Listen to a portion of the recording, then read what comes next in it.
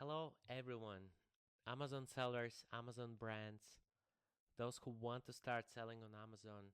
Welcome to this course and welcome to this video about Amazon images. We all know that images are one of the main contributors to the sales. The other two is price and your reviews. Together, these three aspects are the main things that contribute to purchase decisions on Amazon. I hope that in this video you will get insightful and actionable strategy for structuring your images and making the most out of that real estate assets that you have, that space um, to increase your conversions and sell more products online. My name is Vadim, I'm the founder of Zone Photo, and in this presentation that I prepared, I will be sharing a strategy, a framework that we use in our agency to help our clients maximize sales with visual content. So a little bit about ourselves and our background. So before even starting my Amazon journey, I was just a street musician. And it's a quite interesting story. As you can see, I came up with this interesting concept of dressing up as a zebra and playing a piano. At the time, I didn't realize, but actually, what I was doing personal branding already. I was playing with my visual appearance to eventually grab attention of those people passing by and converting their attention into money. Um, Eventually, I was pursuing this passion for almost 3 years. And at the time, I saved a lot of money and started my own Amazon journey. And in 2019, when I sold my Amazon brand, I started doing images for the sellers. I was invited to Amazon conferences as well, playing as a zebra. Um, Fast forward, I was a speaker in different events. I really enjoy connecting with Amazon sellers, sharing my insights and knowledge to really help people and help Amazon sellers to make the most out of their Amazon listings. If you take one thing from this presentation and why I'm sharing this story about Zebra is find your uniqueness, position yourself above the competition, stand out in the market, grab that attention, and make impactful strategies that are gonna drive your business forward. So let's talk about Amazon images. In this slide, you can see the breakdown of the images. Actually, on Amazon, you can upload up to 9 images as a standard for your Amazon listings. And we all know that the first 6 or 7 images will be visible, and there will be another 2 or 3 images that will be hidden. Those images will not show on mobile, and to see them, they will be only visible on desktop if you click into images. So if you have a video, there will be 6 visible images, and if you don't have a video, it's going to be 7. So it's actually and at the first image it's just on white background, and the other 5 is actually the only 5 slides you can have to really tell a story about your brand, product, and convince someone to make the purchase. So how to make the most out of your 5 images to increase conversions and convince someone to buy? Let's talk about strategy behind the pixels. When it comes to images, usually they're divided into the 3 sections, 3 main categories. One is main image, which is by Amazon terms of service, it has to be on white background. Then there are feature images and lifestyle images. And this division actually has existed for quite some time.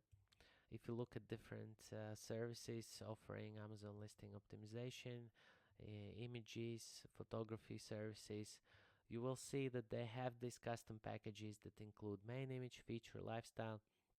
Some of them can say they have 3 lifestyles, 2 features, and so on. So you will see some kind of variety referring to these 3 categories. And it's important for us when we talk about strategy to really understand where this is coming from. And it will all make sense later when we're gonna come to our approach, how we look at the images. But let's just for the sake of these 3 categories and understanding, um, look how they appeared. So this is basically coming from photography-driven approach. So when we talk to different studios, photographers, product photographers, they would categorize such images as this, which could be a main image on Amazon, as white background image. This would require for them to basically set up everything in a white background studio, then cut out the background, retouch the product, and deliver to you. Uh, the other thing is they think if you want a lifestyle image with actual models and location, so they have to go out, and this is like a different price category. So they kind of categorize that based on their effort and also what you see. So they call this lifestyle shoot. And usually, so you get these 2 shoots, one on white background, one on lifestyle, and then there are these. Then you start thinking, what if I want to add text to these images? And this is where the 3rd category comes out.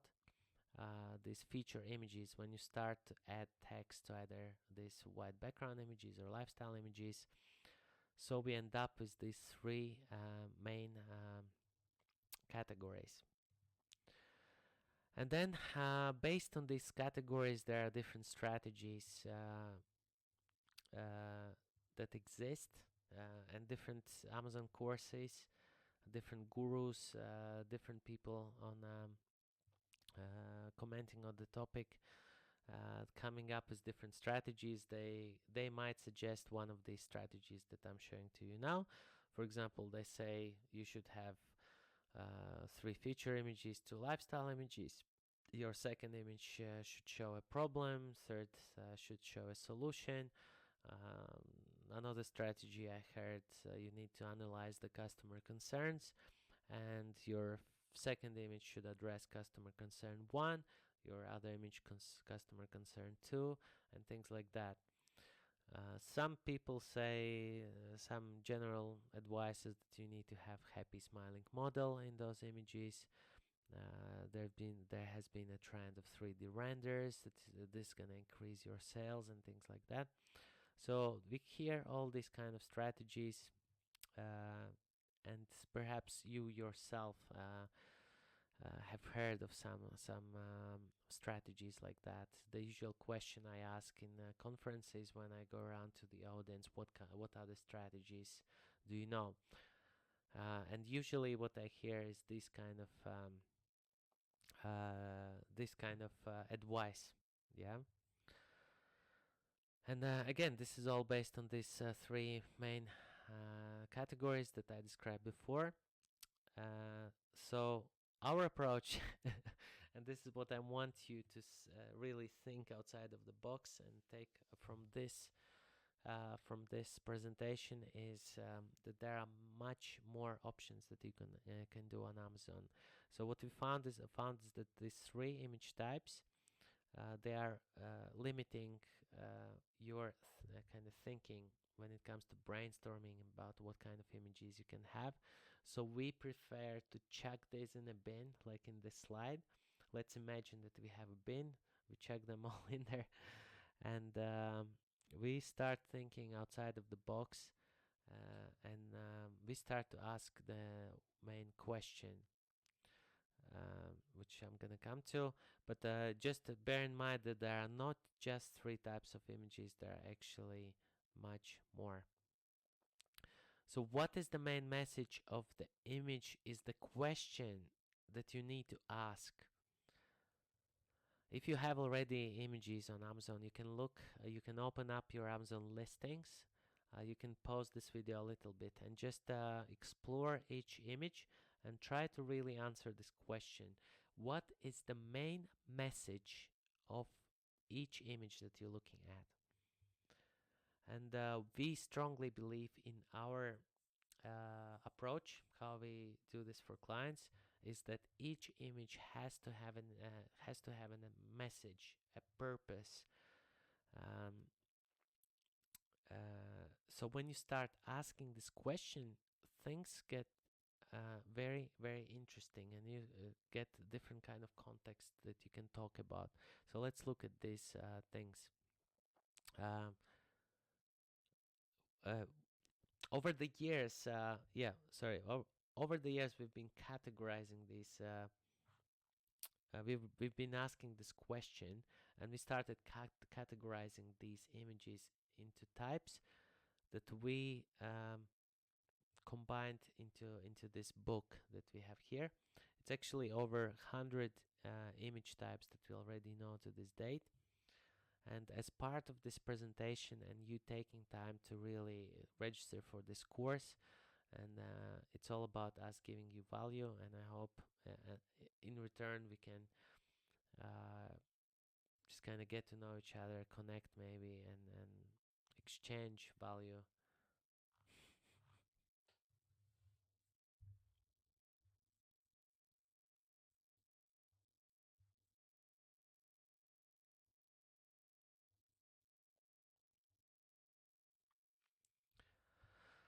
Yeah, so over the years, so I guess what I'm trying to say, so over the years, we've been trying to ask this exact question every time we are making strategies for our clients. And what we found that these images, when we start analyzing them like that, we see that these context and messages usually repeat. And what we started to do is we started to create our own categories of images, and we categorize them into a book that we keep updating on annual basis.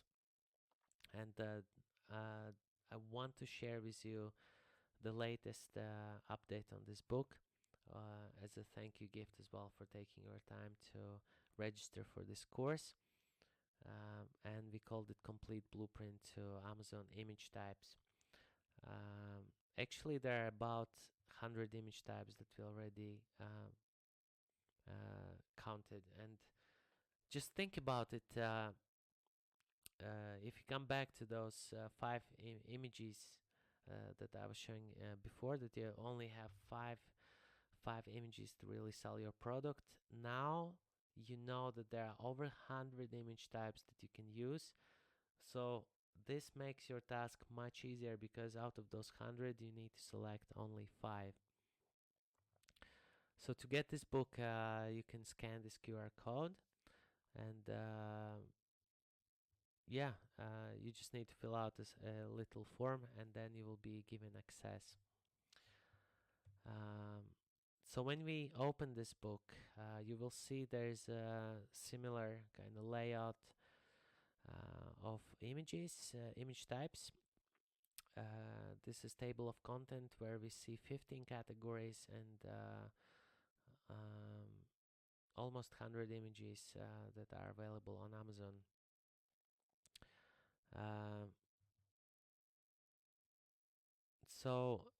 And we also structured it in a very good way, that on the right we see commonly used images. This is what Amazon sellers would commonly use, and the other side of images is what not many sellers are using. And if you see, it's almost like 50-50.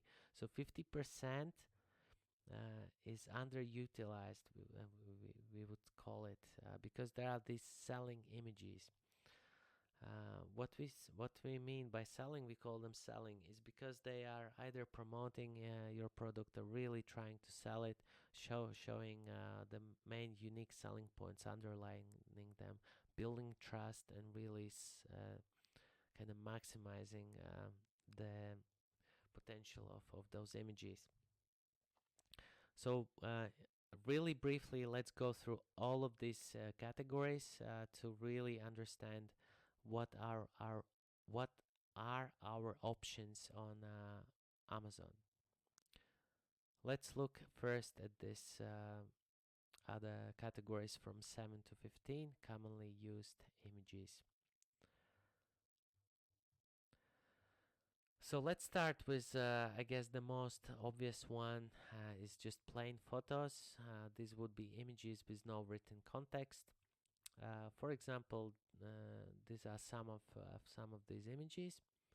Um, Product on white, plain lifestyle. It could be collage or anything like that. Basically, just images, either lifestyle images or either images on white background, basically with no text. So this category, straight away, I would say it's a waste of your space, and you should never just leave images like that without any written content. I will explain a bit more down the line, but if you analyzing images and actual content from marketing perspective, that it's a common belief that basically what you're doing with images, you're creating some kind of idea, you're trying to show something. You might also evoke emotions, and as a minimum thing you could do to enhance these kind of images without any written context is just add your logo, and this would already kind of build more trust. If your logo is well made, it would already be better than just using plain images.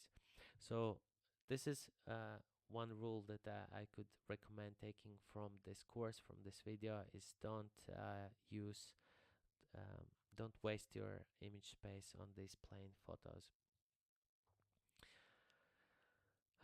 You can also follow along and try to brainstorm about your images. So you can start with your features, and this is what usually people do when they think about what kind of images should they have on Amazon. So if you take a pen and you just start writing all your features, you will probably get a lot of feature images, ideas for your feature images. So we have this category that we called feature based, and in that category we have three image types, which is feature lifestyle, and two features. um, so this is basically highlighting one of the feature of your images. Like if you look at the right, plays music, so it could be considered as infographic. If you just going back to this first division I was telling about, it's kind of, but at the same time it's feature and it's lifestyle, so we just called it feature lifestyle. So this is already how it helps us to kind of structure these things so it's easy to understand. So you have these three options for your feature images, and if you want to show more than two features, it automatically becomes overviews. So these would be still considered feature images or infographics. Just bear in mind, these are just the main thing to remember, that anything that's more than two features, because it's basically becoming overview. And these are very common images that Amazon sellers use. You would see it also in your competitor listings. What this does is gives an impression that there are lots of features or lots of things surrounding your product, and it kind of also explains in a very kind of clear way where things are, like in these image examples here, highlighting some of the materials, kind of having close-ups as well, close-up circles, and things like that. One thing to remember about this category is once you have an overview, uh, you can't really put a spotlight on one specific feature. The other features will be either distracting or it's just gonna be you're not gonna have enough space to really highlight this one specific feature.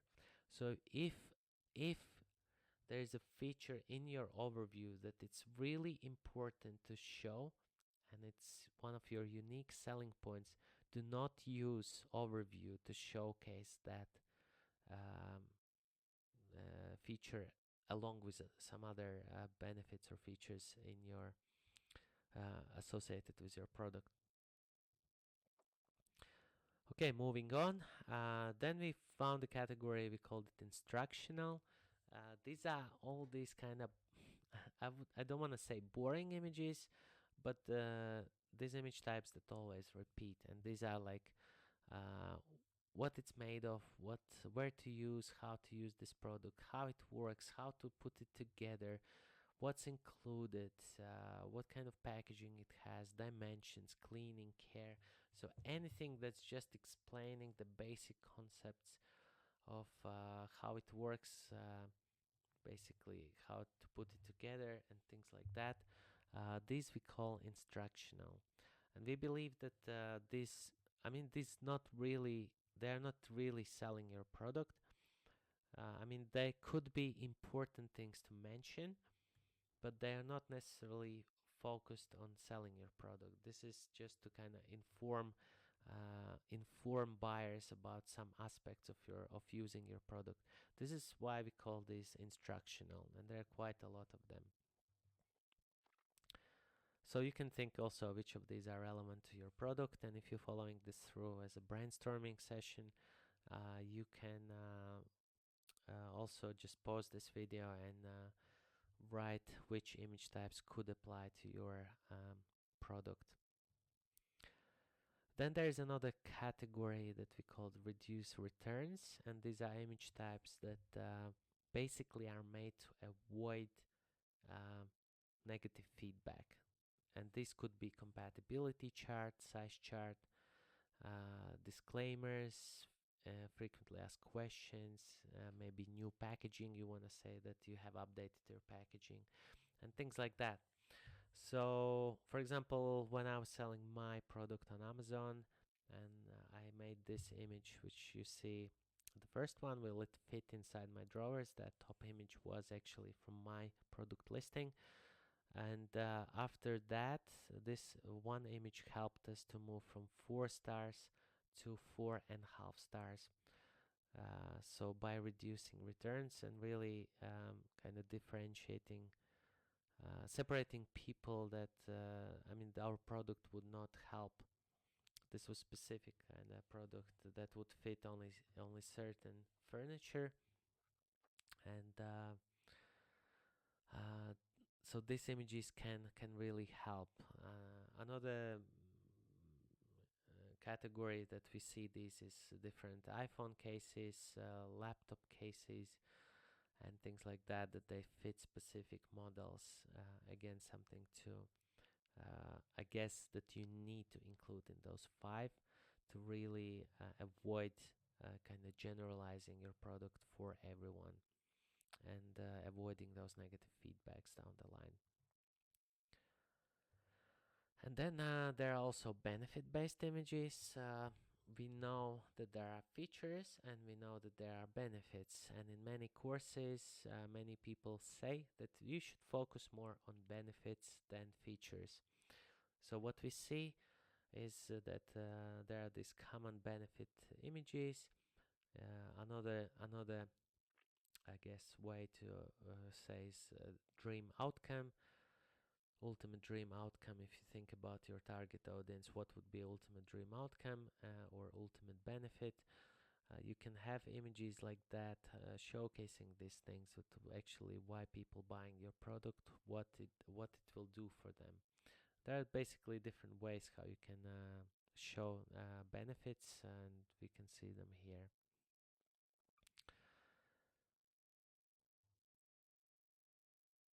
The next category is lifestyle.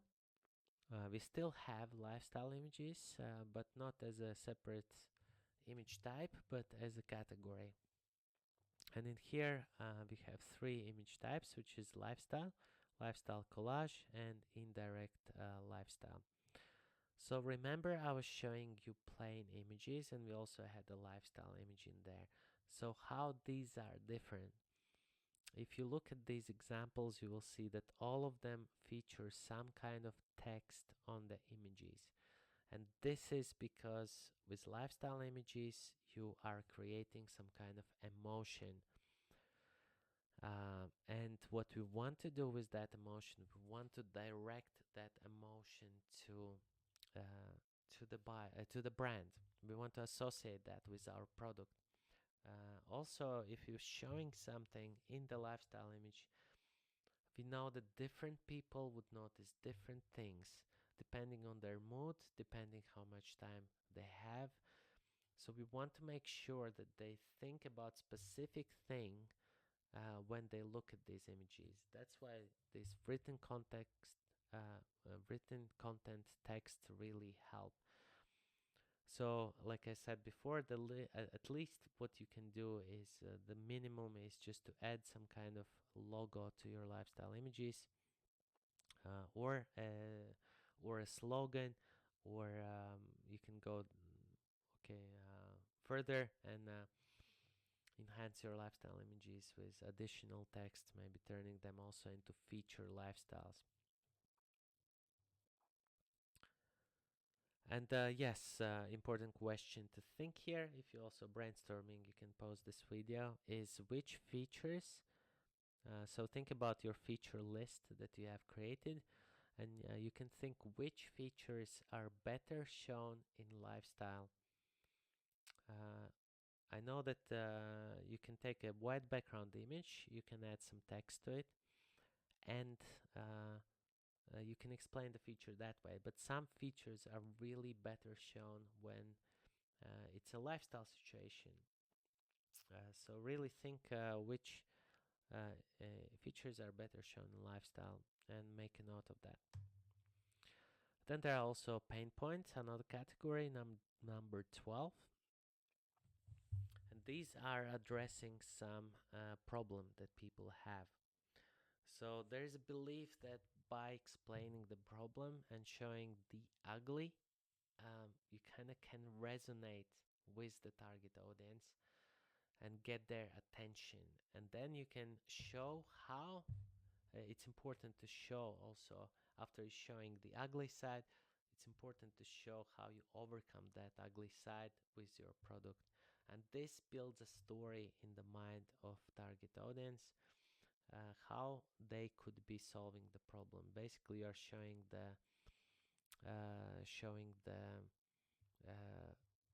process of using your product and how it would solve their problem.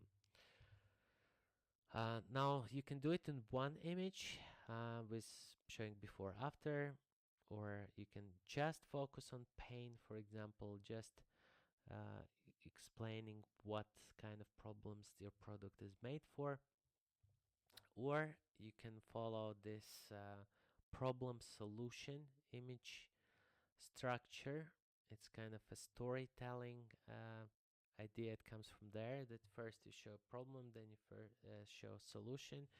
The only downside of this problem solution in two images is that it already takes 40% of your real estate on if you think you have only 5 images to really sell your product. So to save space, perhaps you can use one of the other ones, or maybe you could focus on what this gives instead of basically pain point. You can actually focus on positives. Uh, One thing also to remember is that pain and scarcity, this have to be used carefully, and in some instances, for example, creams and like face creams, or those are the combating the acne or something like not very visually appealing, it can also impact the uh, try basically do not show ugly too much ugly because it can provoke these negative feelings, and once you provoke negative feelings they will be associated with your brand, or people just gonna jump to the other listing because they found these images horrifying. So this is what we don't want to do. And but so just bear in mind that do not overdo this pain. um, like for example, you can take this image that we have there. Your beard is too wild. We have this before and after, and we made this before, instead of making it like really ugly beard, we kind of added some humor element there, that it's so wild that uh, wildlife started to basically grow in his beard. So that's another way kind of to show it with a bit of humor. And with this category, we complete the commonly used images on Amazon. You probably already noticed, if you were following through, and also comparing it to what kind of images you currently have on Amazon or your competitors, that most of these images will be falling into these categories. And if you were also brainstorming along these image types, really thinking what kind of images you could also have for your product, filling out those slots, it could look something like that. That now you have what's included, lifestyle, how it works, cleaning, lifestyle collage, maybe some benefit list, and two hidden images that maybe you could reserve for dimensions or some kind of feature that's not that important. Anyways, this is not well. What I want to say, this is not everything you can do, but most sellers and in other courses they would stop here, uh, or others would also look at competitors, maybe add some additional ideas from them.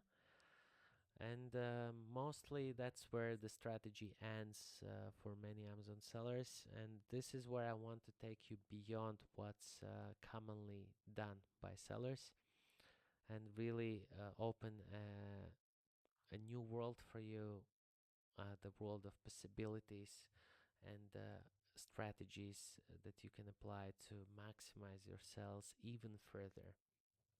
So what we can do now, what we will be doing now, is looking at the other half of selling images uh, that are used probably by 20% of sellers. We don't see these images that often. So let's have a look what these images are. Yes, and before that, also one rule of thumb that we have in our agency, and you can also make a note of that, is you need to include at least minimum of 2 selling images in the first 6 um, to increase your sales. So let's have a look at them, what they are. Part 2, selling images, categories 1 to 7. So the first category, and I think this is actually quite often we see this kind of images. Still, these are commonly used, but let's have a look at them. These are all these competitor charts. And one thing to mention here is that this works very well in competitive niches where it's really hard to make a purchase decision and where all the competitors looking alike. So if you're looking at your niche with a fresh set of eyes, open in tabs all your competitors and try to browse through and try to imagine how hard it is for someone to make this purchase decision, and comparing with competitors. If you see that everyone says exactly the same things and no one really stands out, and it's actually so saturated that it's hard to make or distinguish which product is really good. That this image could help the buyers to choose. It's first of all, it's convenience. You helping them to narrow down the products. They do less thinking. The only thing for them to really trust this image, it's good that if this comparison is not overly biased. So it's also good sometimes to show some negatives in your products, maybe as an idea, or at least show or explain uh, why why it basically adding more context to why explaining kind of adding more information to why your product is better and others are not better. So in these examples here, you can see, um, for example, with this bubble mower on the left side. So instead of some sellers use these checkboxes, and on the other side is X, like crossed out. So instead of that, you can give more context. You can actually explain that fully automatic guaranteed fun. Mechanical is need to keep stable pace to make bubbles. Basically explaining what they would their situation if they don't choose your product, what they will be dealing with by buying other products. Another thing that we discovered over the years, that it's not always important to compare with competitors. You can actually compare with some other type of products on Amazon. For example, um, if everyone is um,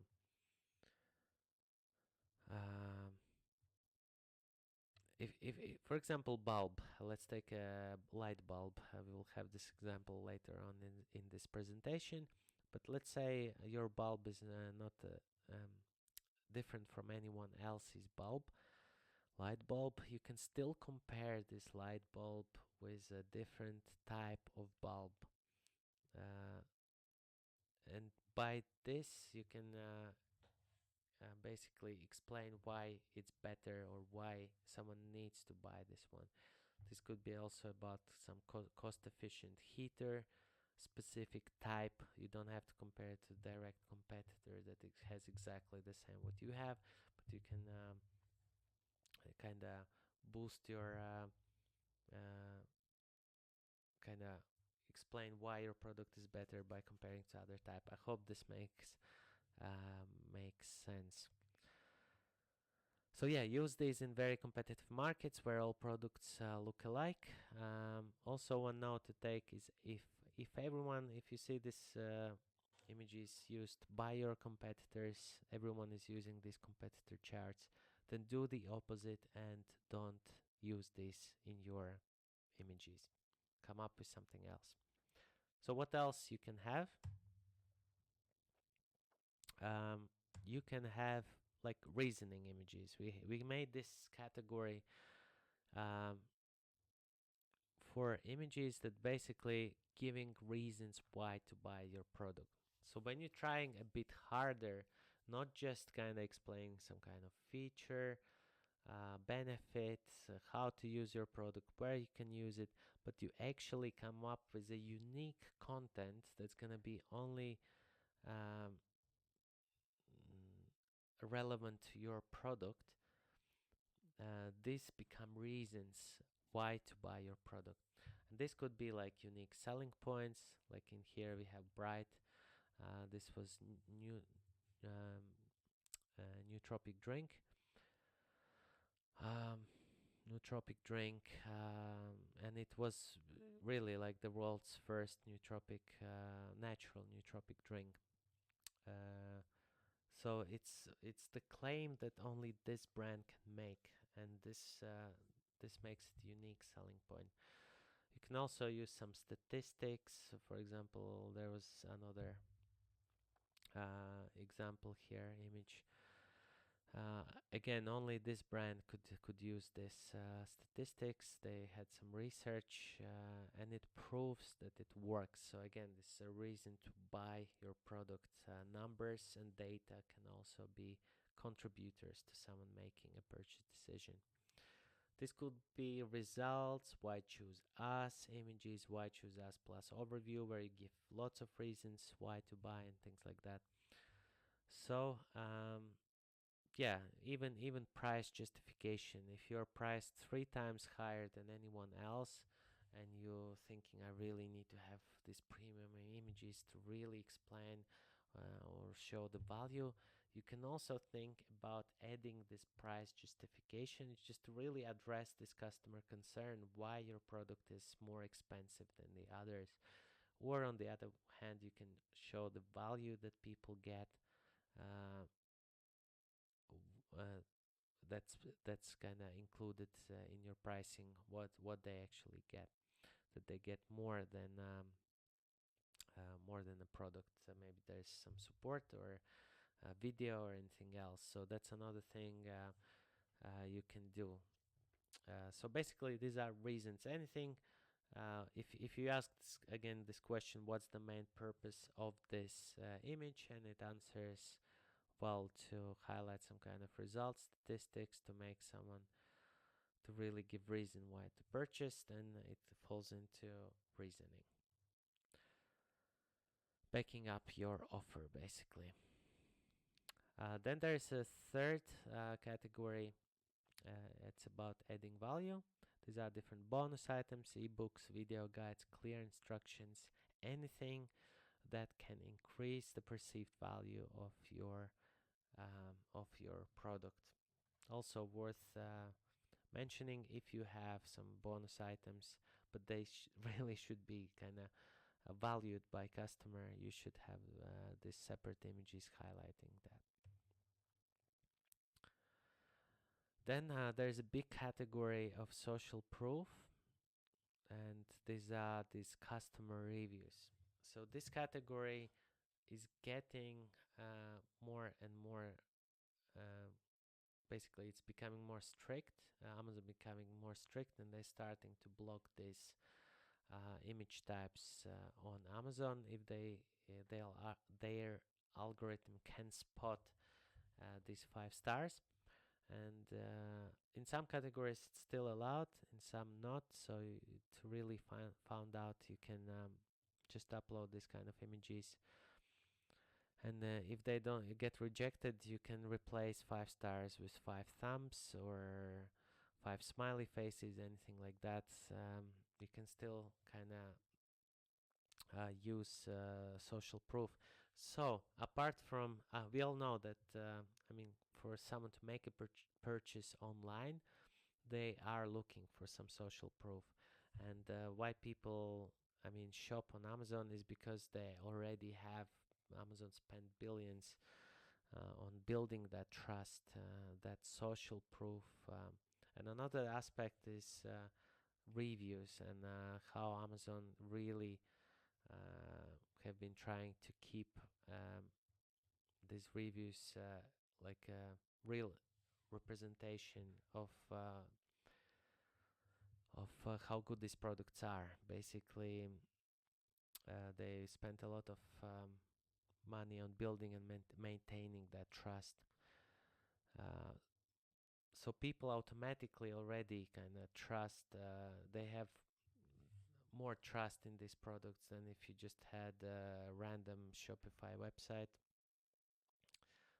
Depends how you build your Shopify, but uh, what I'm trying to say, that people shopping on Amazon, they already have some degree of social proof. But with these images, if you use these additional ones, you can even boost this social proof even further. Uh, you need to understand that social proof is one of the main contributors to someone making purchase online. And sometimes basically you can build up on that. You can extend this social proof by adding these images. This could be review maps, as seen on, trusted by, for example, some kind of brands that use it, or yeah, you could say happy customers to 250,000 happy customers, like in this other brand, and things like that. So this is a big category that you can explore, and you can experiment with adding one of those images to your image set.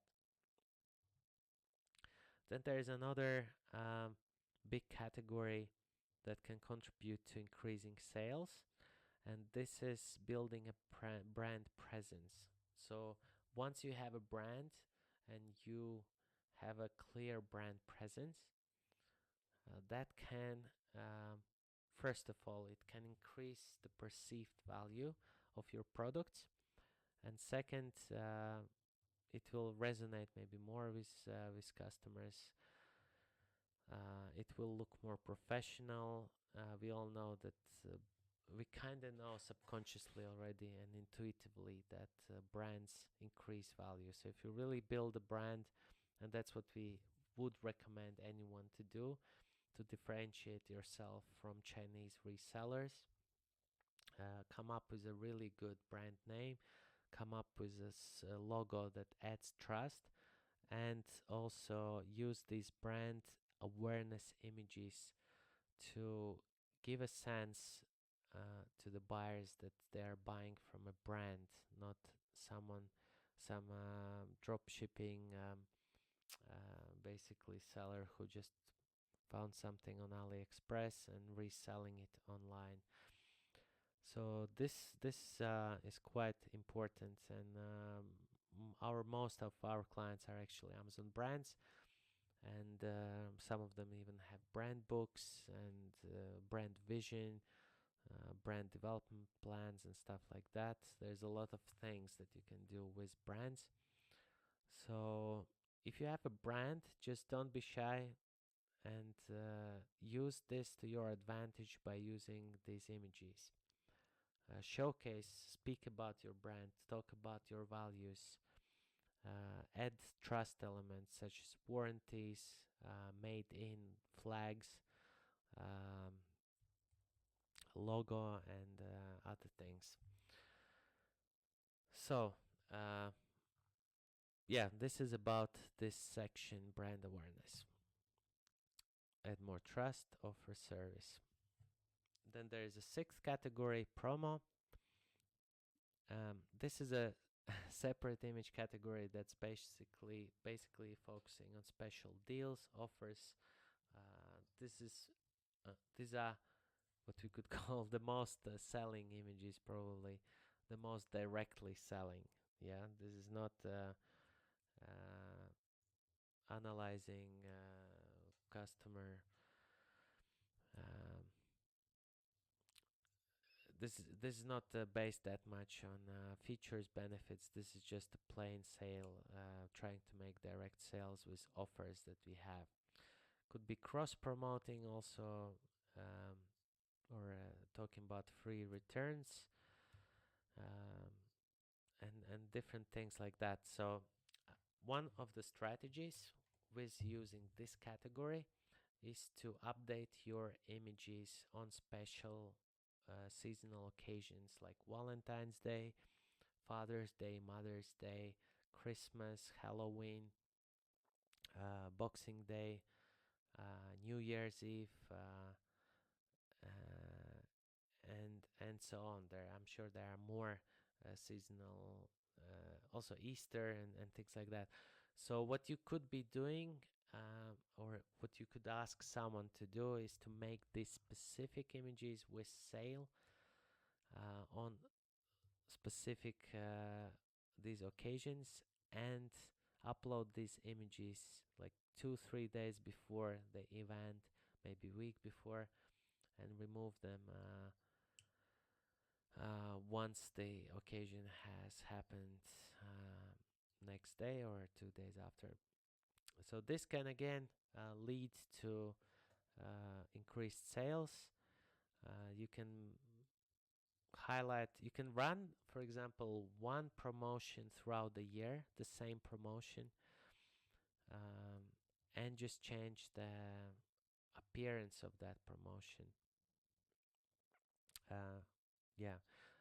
One thing actually to say as well about these image types, that it's also getting more competitive, and these images unfortunately get restricted by Amazon. So they don't want any references to special offers or limited time deals or anything like that. So again, this depends on your category. You can try and see if algorithm picks up these things. If not, it could be a good image to try and have at least for a limited period of time. So something to be aware of, this additional category here. And the last one is gift. Gift. So that could be two images here, either gift packaging or perfect gift. This just showing someone receiving a gift, talking about this could be a giftable item. So for giftable items, this is like also one of the like must-have images. Sometimes it's also good to specify for who this could be a good gift. Someone you care. You can say memorable gift instead of saying perfect gift. Yeah, also play with sales copy. You could say heartfelt gift. Just make it a bit unique, I guess. Or really like deluxe packaging is also something, if you have, that it can increase again the perceived value of your products.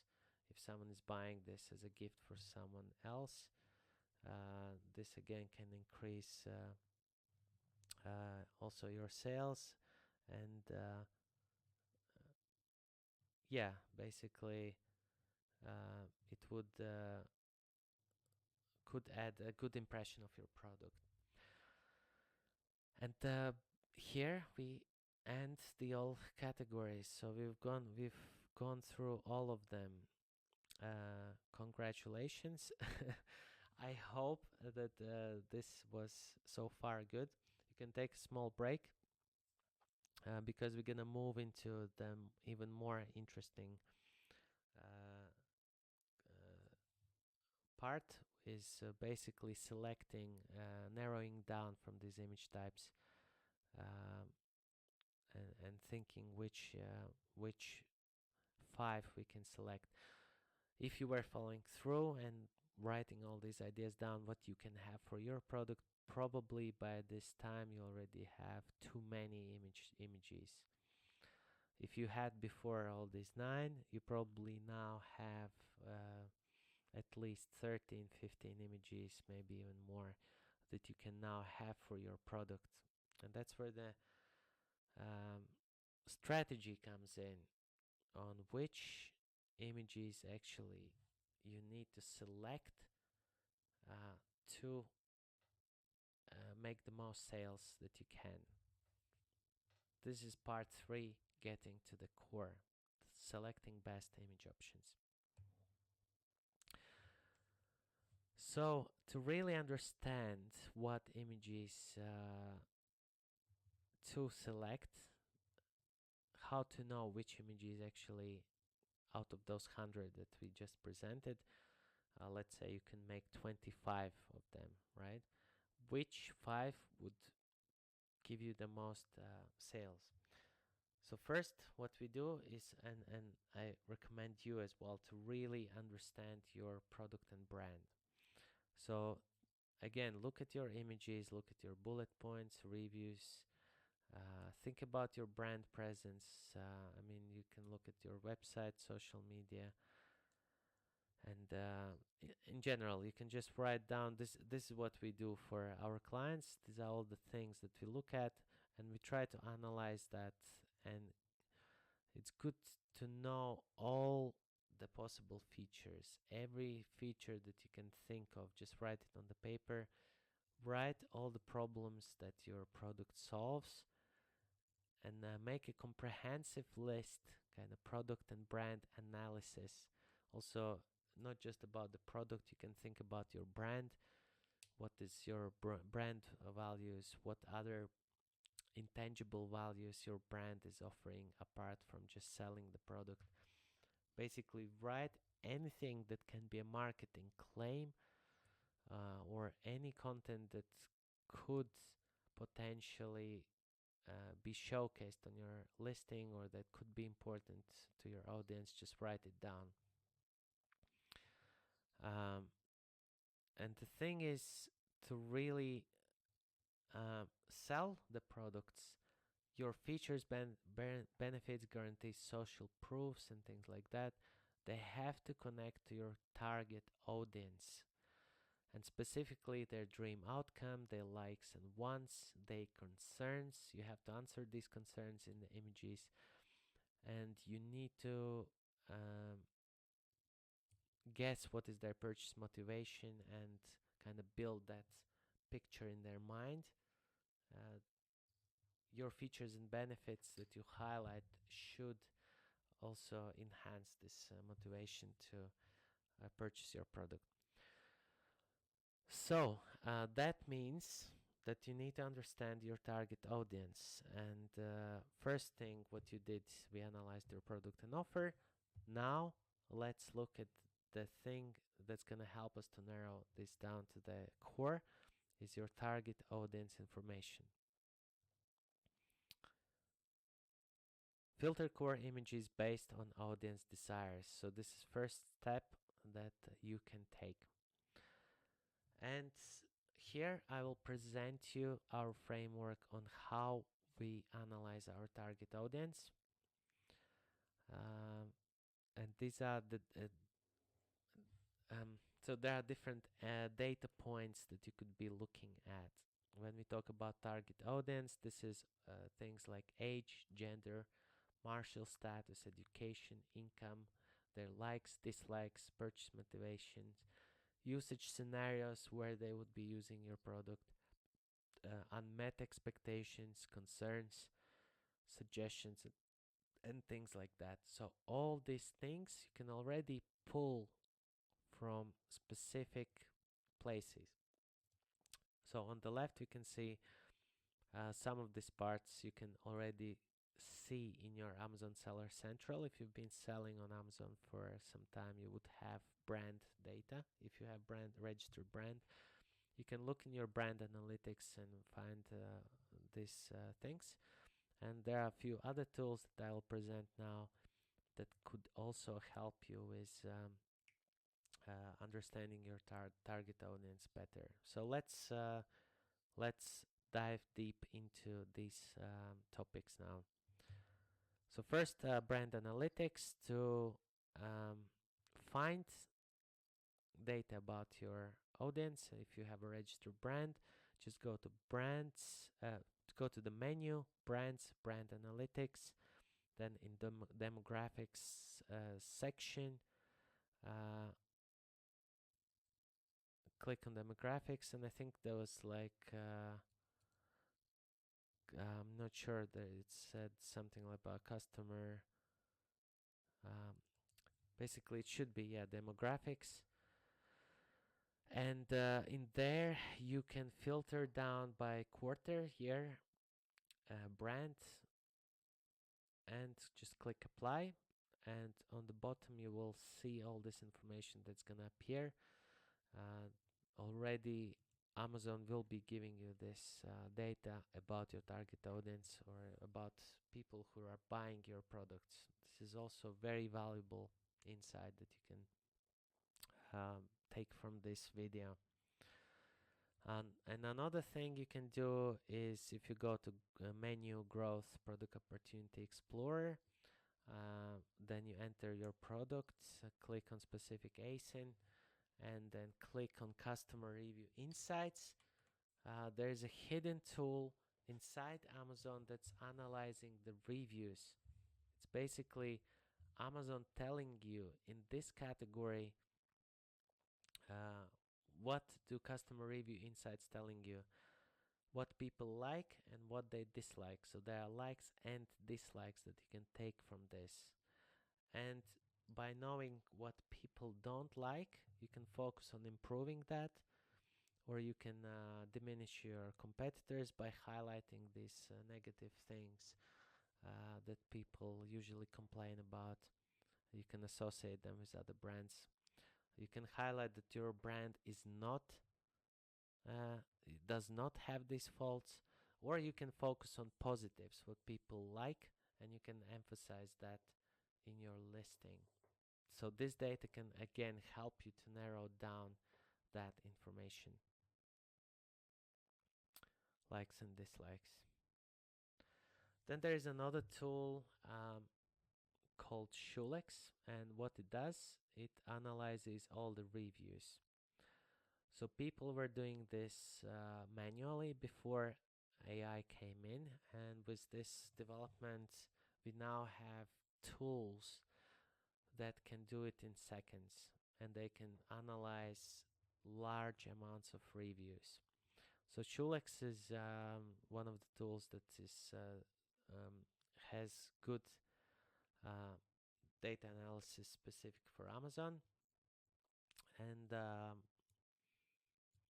it reads all the reviews and it categorizes that by context and is trying to answer all these other questions what we also are interested in. So for example, if you install this Chrome extension, it's gonna appear above your Amazon listing, and this is the screenshot what it would show. So it would show first of all gender. It would try to guess who left the review. Was it a man or woman? So you would already know who is buying your product more, and you can compare that also with your brand analytics. Uh, then when and where, usage scenarios, customer expectations, likes, dislikes, and purchase motivation. So this is what you see in their Chrome extension, but there is also full insights. If you click into their actually, yeah, like here on the right top right, you see full insights. If you click on that, it's gonna go to the web version of this software, and it's gonna provide more details, more information. There's actually 20% off if you use promo Vadim. Um, and sign up through this link here. Um, Here are some snippets from that web version I was talking about, so it can give you in more detail the same kind of information. So yeah, this is a very useful tool. And before going to the next one, just one thing I want to mention as well is that what you can do with this tool is not only analyze your existing listing, but you can analyze the whole niche, all your competitors. You can actually create report. When you log into the tool, just click on create report, and you can import your list of ASINs, list of competitor ASINs. That could be list of 15, 20, 25, 30. I don't think it has a limit how many ASINs, and it will in seconds analyze all the reviews. So you will get a really good insight about the niche, about people in general making purchases in the niche. Oh, sorry. Yeah, so the next tool that we use, another thing you can do is, and we really recommend it, is use Product Pinion. If you sign up for their 2 weeks free trial and you message them saying that you were watching this presentation and you came from Vadim, if you can mention my name, or you can sign up through this link, you will be added 20 free Pinion videos to your account.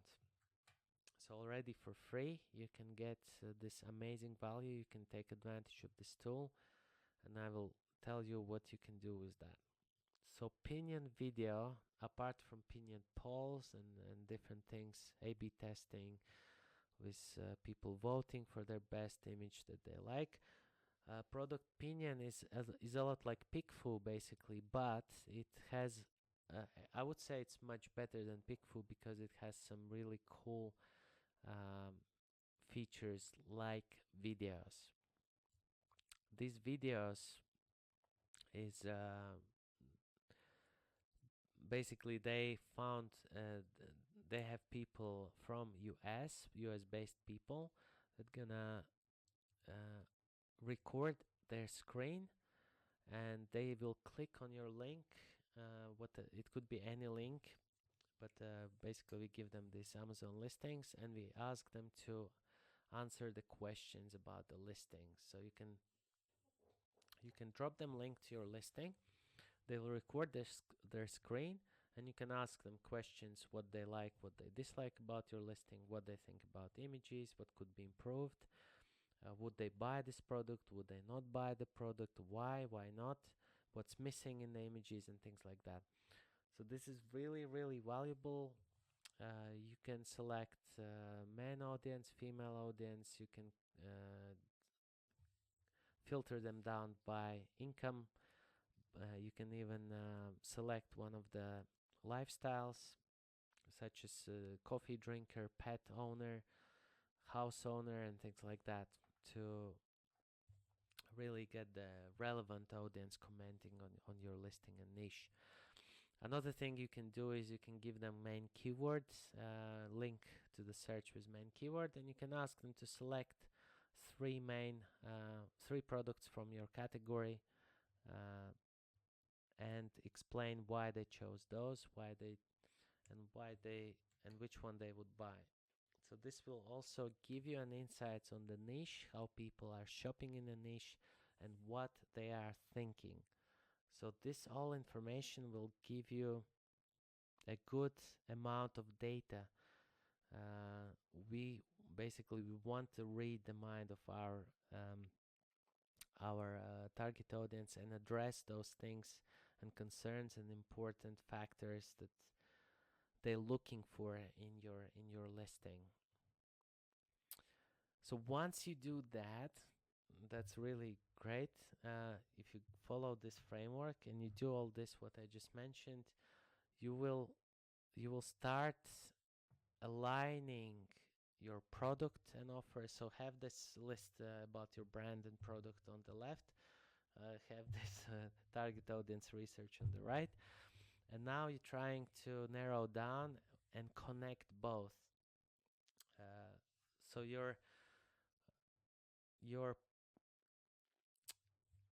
everything you just learned about your target audience, all those things should be linked to the benefits that your product offers. Your lifestyle images should show these usage scenarios that people are commonly talking about and where they're using your product, and so on and so on. So basically, link your listing to your audience desires. So yeah, um, ask yourself a question. Look, if you have a listing on Amazon and you've been following this through, really ask yourself this question: are your core images aligned with your audience or not? Like, look at your core images and think, do they really answer these concerns, likes, dislikes, purchase motivation of your audience? Okay, and it would be actually easy if it was just audience. The thing is that apart from us trying to guess what target audience wants and trying to connect with their desires, our competitors are doing the same. And if there are many competitors, the niche is saturated. It becomes harder and harder to stand out. So the only thing that can help you to stand out is if you analyze your competitors. So this is very important that you're not just looking at your audience, but you're also analyzing all your competitors, all their images. You can download their images, you can categorize their images, following our book as well. You can really understand what kind of image types are present in your niche. And only then, by having all three aspects in front of you, you can find, or you can try to find or come up with a uniqueness um, that's gonna stand above the rest. And this uniqueness again has to resonate with target audience, and it has to be something that your competitors don't have. So remember the zebra in the beginning of presentation.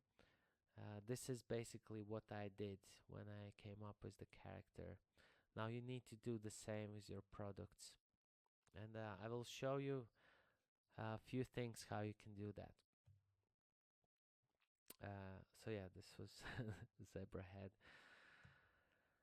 So when we have clients, and probably if you would think as well, I mean, if you're launching product on Amazon, it's kind of coming back to this also product development stage, and I hope you already have thought about this before. Basically, the ways how you can improve your product. And most sellers would think about these 9 things, how to differentiate themselves. And usually, what they do, they would improve some kind of feature, metric, use better material, thicker material, more durable material. They would maybe find manufacturing in local manufacturing, like in US, which would again make more credibility, build more trust, or made in Germany if you're selling in Germany. They would get some certification that would they could highlight warranties. They would create ebook guides. These are all the things that you can do, and you can highlight in your images. So all this possible. This is like a checklist that you can go through and really find your uniqueness. Yeah. And now this is where most sellers actually would stop if you think about unique selling points. Um, and I want to open another uh, value for you. There are more things you can do apart from that, and let me show you. So, apart from tangible value that you can have, there are 25 intangibles that could add value, perceived value to your product and brand.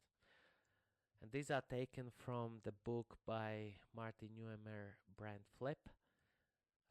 Neumeyer is basically, he's called the father of branding. And if you're building brands, this is also some of the things that you can think about. That you could be apart from just selling your product, you could be also offering these intangible values. So you could be focusing on clarity.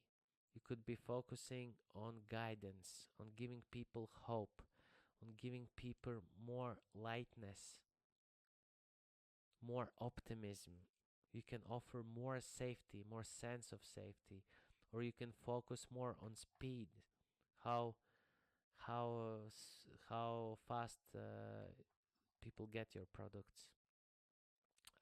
You can focus on surprise, that people get your products and there's some kind of element of surprise that really increases the value, and you get lots of positive reviews after that. You can really highlight in your images and focus on authenticity.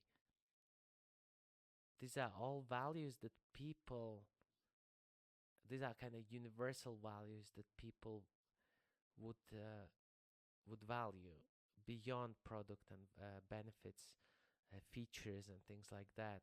These are the things that you can highlight.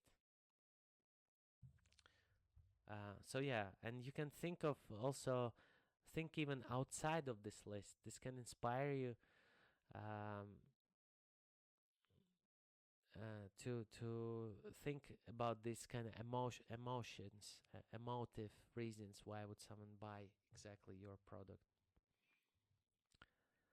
Another thing you can do to differentiate yourself and to really be unique is by creating a distinct brand personality that's gonna stand out in the market. So this is what I did with Zebrahead. When I was a street musician, I created my own personality. So there is a very good book in 2002 that when it was released, it really made a big impact in branding and marketing world, because it introduced a framework that's based on these universal values that basically impact, that stand at the core of everything that people do. So these are universal values that people kind of that inspire what people actually do in daily lives.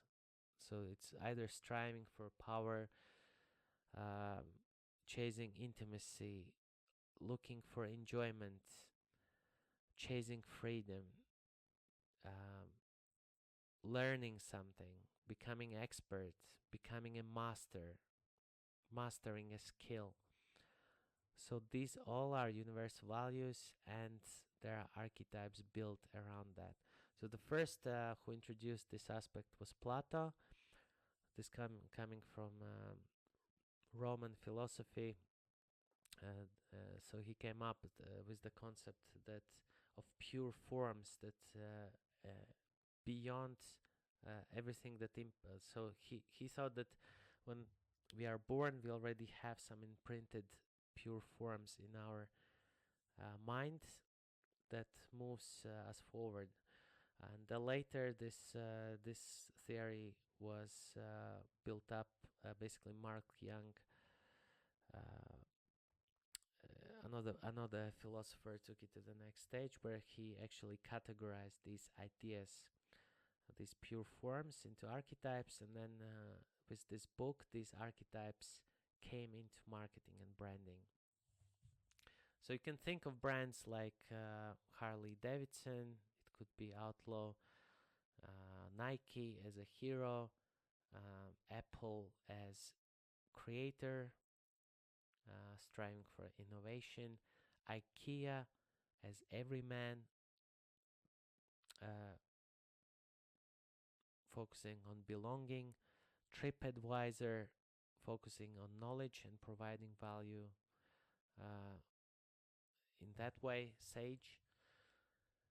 So if you explore more this and if you have a brand, I would really highly recommend you define your personality. And this is what we do also for anyone coming, even if you have a brand or you don't have a brand. We believe that everyone has some kind of personality. So it's good to understand what your personality is, and then you can embrace it through your sales copy, through your images, and this can also help to connect with buyers. The only thing is that you really need to choose the brand personality archetype that your audience would value and would resonate with.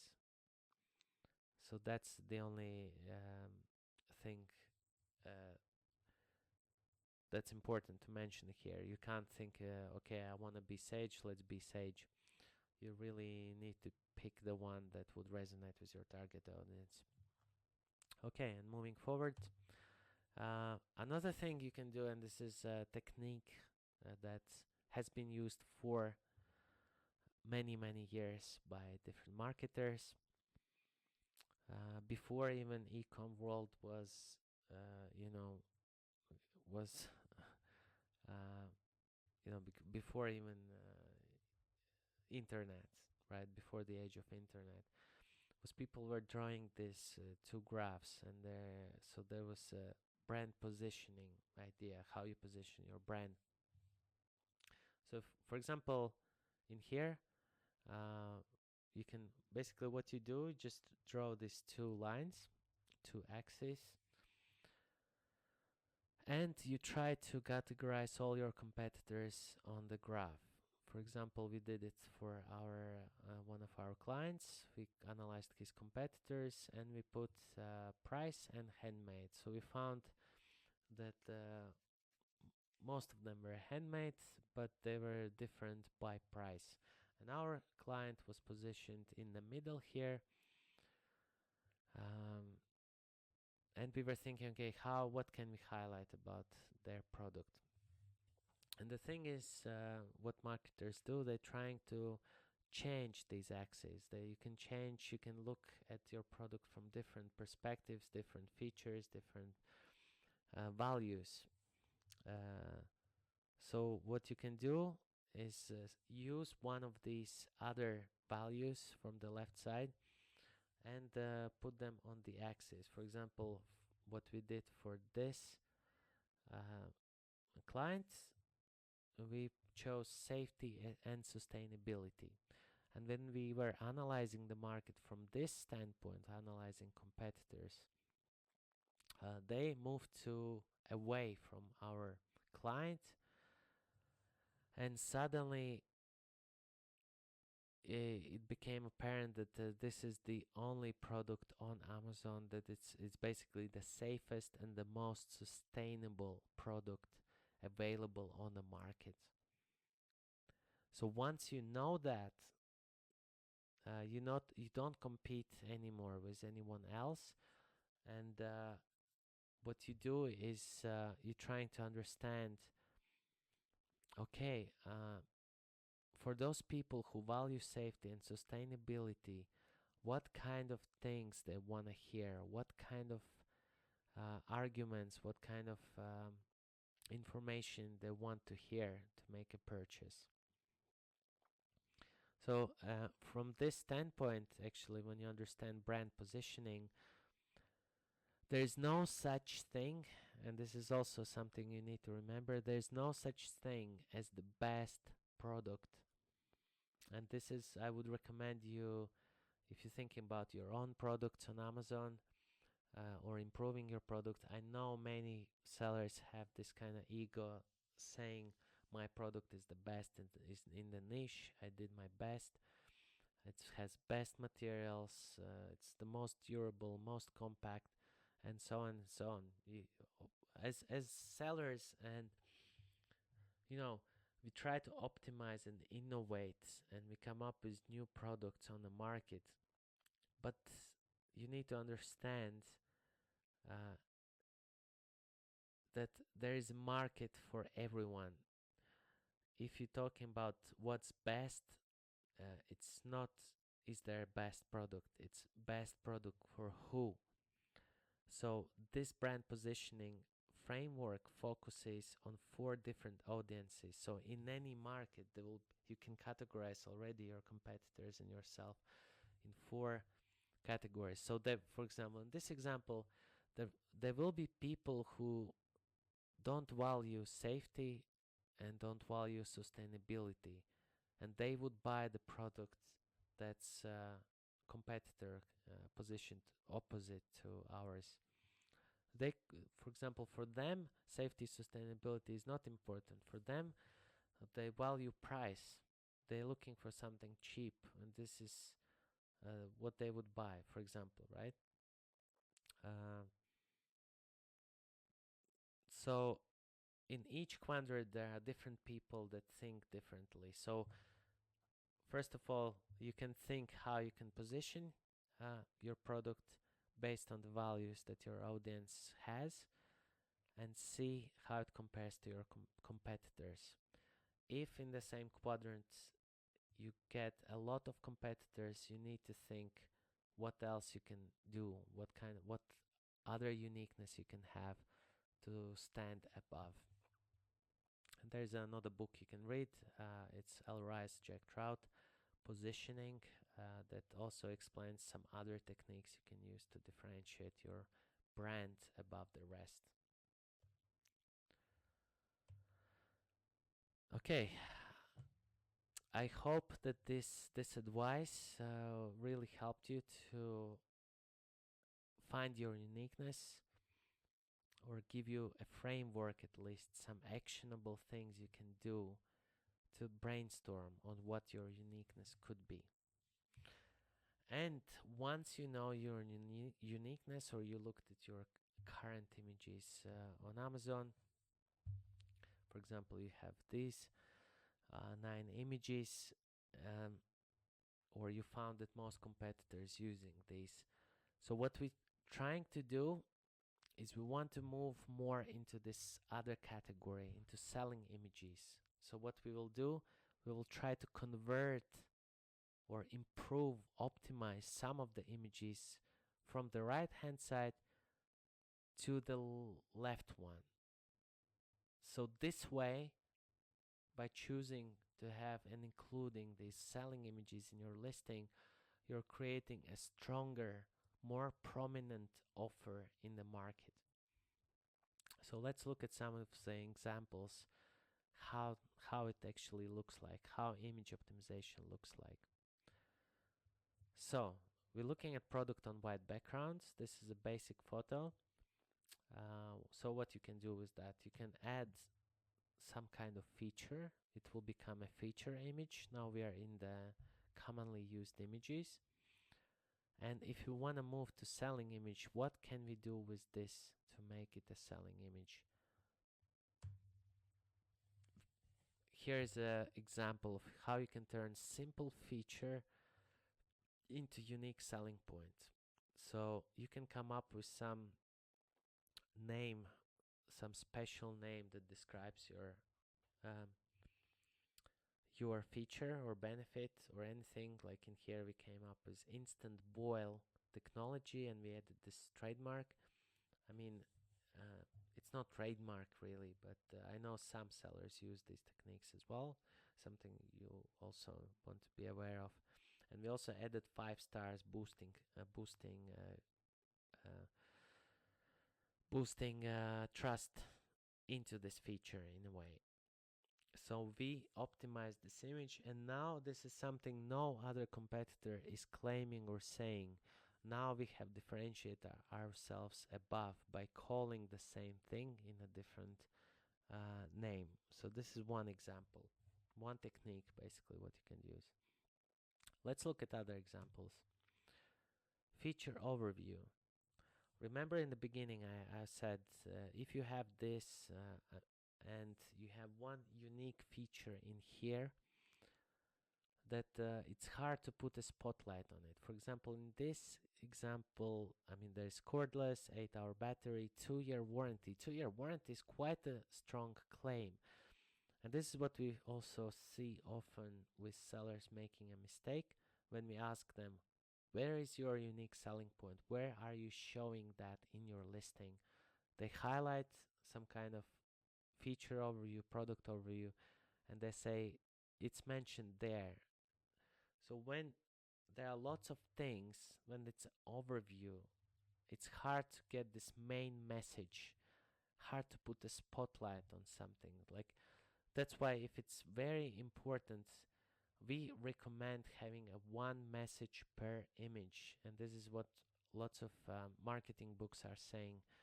It's hard for humans to, from neuroscience also speaking, it's much easier for humans to analyze one message per image. You can have maybe 2 messages, but if it's more than 2, it becomes 3. Then they're not looking at it as a separate feature anymore. This gives them another impression. It gives them that it's just this product has lots of features, but if you ask these people what kind of features does it have, they're not gonna remember it, unfortunately. So what we recommend, how you can optimize this image, you can split it into 2 images, and one of them would be the selling image and the other would be just a feature overview. So now this is more stronger, more clear. We're looking at these images and we remember more. Like in 2 seconds you really grasp these features now, where before we couldn't grasp it. Now we can really kind of remember and visually see that. I hope this is like a very good example of kind of converting overviews into actually working and selling images. Let's look at another example what you can do here we have product on white. So we added this feature overview. What else can you do with overview to make it work? You can add a title. Why us? By asking this question, suddenly this overview becomes reasoning image. Beginning, so these features and benefits are not just features and benefits anymore. They are reasons why someone should buy your product. So again, just by changing the title, adding this title, you can make your image stronger. Let's look at lifestyle. For example, you have a product lifestyle. Like I said, this is plain image. You shouldn't be using such image here. As a minimum, you should be adding a logo to it. In this example, this just clearly demonstrates it's already better looking with the logo. But what else can we do to turn it into selling image? How to maximize the given space that we have on Amazon to really make the most of this image? You can make a brand image from that. So here we added our brand story, what you could be your values, your core values, your promise or anything like that. And we also added the trust element, 2 years here, to really emphasize the durability of our products and also credibility of the brand, that there's a brand behind this product that's gonna stand behind and provide the service of 2-year warranty, which actually increasing the perceived value and also convincing people and building trust to make the purchase. And another thing you can think of, like when you start moving into this other direction, selling images, which you can already start thinking which selling image is stronger than the other selling image, which selling image would make more impact. For example, in this example, you could turn this brand image into this 1 million cattle sold. So this, for example, is just more bold statement. It builds social proof, credibility just by reading that. And it's a thing that's just kind of short, it's bold, and it's easy to read, where the brand story is less I mean, it needs more time to be read and maybe not that impactful. So depends on the situation. Sometimes you can choose one over the other to really emphasize what's more important for your audience. By moving and optimizing images, like moving from this commonly used images to selling images, I'm not saying that you need to have all of them, that I'm not saying all of them should be selling. So it's same like selling in real life. If you become too salesy, it's gonna be annoying and it's gonna be too obvious. So you need to make a mix as well of other images. They could be instructional images. They could be those category for for avoiding negative feedback and things like that. So the goal is to tell a complete story and make an attractive offer. Sometimes to tell a complete story, you need to include these also boring images on how to use it, where to use it, and things like that. But don't forget to include some of those selling images. So it has to be a mix of both. And then you would tell a complete story. So again, you can ask yourself what's special about your product.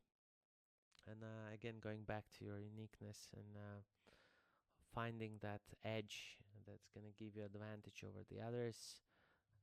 Yeah, don't be that guy that just says honestly nothing special. I mean, at this point already, you watched this presentation as far. You should be having at least some a brainstorming idea. Your mind should have at least some kind of framework or ideas on how to find your uniqueness. Um, let's give you example of a case study from one of our clients. So this client came and he was selling a light bulb, and he said, "I my product is really not special. Everyone else is selling exactly the same GU10 bulb, and it's nothing special. Yes, it's energy saving. It's Calvin 2700. They gave me all these technical features, and essentially this was not like we analyzed competitors and they did have the same features, or some of them were not mentioned, some of them were mentioned, but then we really started kind of putting emphasis and emphasizing them all. So what do you do in the market, for example, where everyone else is different? So I will present you an example of, again, moving to selling images instead of focusing on features, benefits. We're moving into selling images and how you can utilize the theory that I just told you, how you can utilize the power of marketing, pure marketing, to make this offer more attractive. This is what we made for this client. So let's analyze from left to right. First one is main image. Um, no comments there. Second image is this why us and overview. So on the top we say Warum Bublight, from Germany. It's called you translate it why Bublight, why to buy this brand. And we basically mentioned all the features, why to purchase. I mean, it's the same features that everyone else has, but now when we ask this question, these become really unique stuff to say. And then we reinforce that by focusing. Remember, I said kind of that overviews, they don't put a spotlight on specific feature. In this instance, it's still okay to use it because in the next images we will be putting spotlight on each of those features. So for example, next one, CRI 80 plus, we say true colors, echte Farben, and we make a comparison with competitors. We say other brands, our brand, and we show what this means, CRI 80 plus, what it actually visually means for the person. And again, we're not lying here. We're just using pure marketing to kind of say, hey, look out, there might be other brands who have less CRI, and you will be missing out on this feature. Your light, you will have light. Yes, it's going to be bright, but it's going to have this distorted color of surroundings. Yeah, so this image type we call feature plus hours others, where you're highlighting some specific feature and you draw comparison with other type or other competitors. Yeah, then bottom row left, where we see this piggy bank, we say 84% energy saving, 84% more energy saving. And in a small print, a trick, we say, with a 39 watt bulb. So it's not exactly comparing with the same competitors having the same features. It's comparing with 39 watt bulb. So again, we're just making illusion by bombarding buyer with messages that this is better because of this, and we're showing numbers. Then we say 30% in the next image, 30% more lifespan. And other brands, 2000 kilowatt hours, ours is 30,000. So we are better. Again, comparing with some bulbs on the market, there are definitely bulbs that have less We're not saying our direct competitors have this, but we're just giving reasons that we have thought about everything, that this is like a new innovation, new bulb, and we're creating this illusion. And the last image actually was the only unique selling point that this brand has, and we often see that uh, sellers forget to mention their unique selling points in the images. And same was with our client. Actually, he was offering 4-year warranty and 1-year service, which is really unique, and no other competitor was matching that in the market. So we made sure that we have an image which addresses this specific message. Okay, and this is how you can utilize this really good example case study of how you can make your product stand out and position above the rest, even if it has the same features and benefits as your competitors. So yeah, find your uniqueness, be unique. Again, if you take anything from this presentation, then focus on that. I hope I could inspire you with these examples, with a framework that you can use and apply to your Amazon listings, to new product launches. Build confident and strong brands in Amazon and change your life, change lives of other people using your products. Um, Thank you for presentation. Um, Thank you for your attention. And if you would like to get this blueprint that we created, this book, just scan this code, and we offering it also for free as part of this course. Uh, so yeah, thank you for your attention. If you also want to get in touch with us, uh, you can go on our website, and either you can sign up for free consultation as well as something we do, or you can book a call with me directly here if you just click on contact. I'm also, you can find me on LinkedIn and on Instagram, Facebook. Um, I have a difficult name to spell, so it's just Vadim Petrov.